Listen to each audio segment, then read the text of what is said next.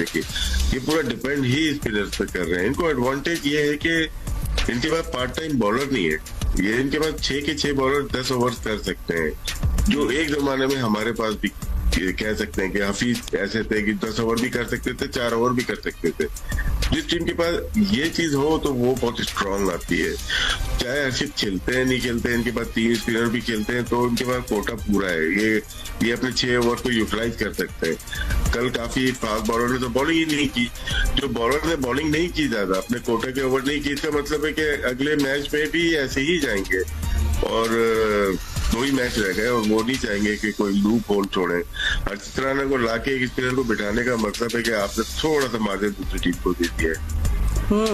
ये test match type का एक इनिंग होगी जो देखने को मिलेगी, जहां पे इंडिया हमेशा ऐसी पिचेस के ऊपर डोमिनेट करता है। तो भाई में इंडिया बहुत भारी है ऑस्ट्रेलिया पे। अगर आप इस टाइम की फॉर्म भी देखें तो, क्योंकि उनके सारे प्लेयर फॉर्म में है, as a bowling as a batsman आप देखें उनको, लेकिन ऑस्ट्रेलिया का भी ऐसा है। लेकिन एक जो चीज ऑस्ट्रेलिया के लिए मुझे लगता है कि वो कम है, वो है उनके स्पिनर्स। बैट्समैन तो वो ठीक है, कैरी, इंग्लिश, स्मिथ सब खेलते हैं, हेड स्पिनर्स को बहुत अच्छा खेलते हैं, टैकल कर सकते हैं इंडिया को, लेकिन उनकी अगर बॉलिंग पे आप जाएं तो उनका स्पिनर कम है। एक जैम्पा के अलावा उनके पास कोई रेगुलर स्पिनर नहीं है, तो ये प्रॉब्लम हो सकती है ऑस्ट्रेलिया के लिए। आप लोग अभी बात कर रहे थे फास्ट बॉलर को उनको खिलाने की जरूरत ही क्या है? पांड्या उनका पूरा जो इंडिया का जो फास्ट बॉलिंग का इशू है वो सॉल्व कर देता है। शामी वहां पे है, वो आउट करे ना करे 5-6 ओवर तो करा ही देगा ना, उसके बाद बाकी वो संभाल देंगे चारों स्पिनर्स उनके।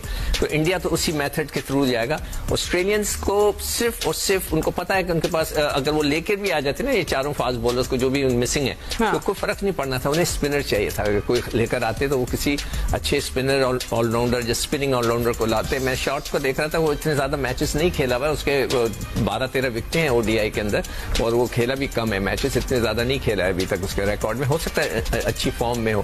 तो इंडिया इस वक्त वैसे तो ओवरऑल बिल्कुल ऐसा लगता है कि इस वक्त फुल्ली बैलेंस टीम चल रही है, उनके पास कोई ऐसा इश्यूज नहीं है। ऊपर से अगर कोई फेल होता है तो बीच वाले आके रन कर लेते हैं, बीच वाला फेल होता है तो नीचे वाला आके, पांड्या है, जडेजा है, ये लोग वो ऑलराउंडर्स हैं जो आके नीचे मैनेज कर देते हैं। दैट इज जो सबसे बड़ा एडवांटेज उनको इंडिया को ये है, और हमारे पास वो ऑप्शंस नहीं है। लेकिन मुझे जो लगता है वो जो हैवी रिलाई करे वो अपनी बॉलिंग पे ही कर रहे हैं इंडिया, कि उनको पता कि यहाँ पे अगर हम 240-250 भी करते हैं, हमारी बॉलिंग ऐसी है कि जो डिफेंड कर सकती है। और आई थिंक इसी माइंडसेट से भी वो खेले। कल भी आप देख लें कि उनका टारगेट यही था, जैसे राशिद भाई ने बोला कि 225-30 वाला विकेट था, लेकिन उनका टारगेट यही था कि हम 240-250 करें।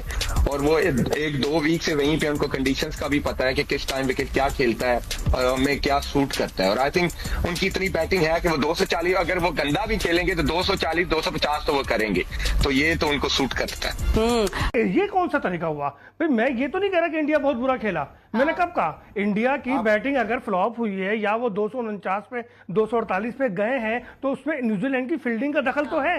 जो कैच लिए गए, खासकर 2 कैच कितने शानदार और बिल्कुल क्लासिकल कैच थे, तो उसकी तारीफ क्यों ना करूं मैं ये कब कह रहा हूं कि इंडिया बिल्कुल फ्लॉप हो गया? मैं ये कब कह रहा हूं? लेकिन इंडिया को एडवांटेज तो है।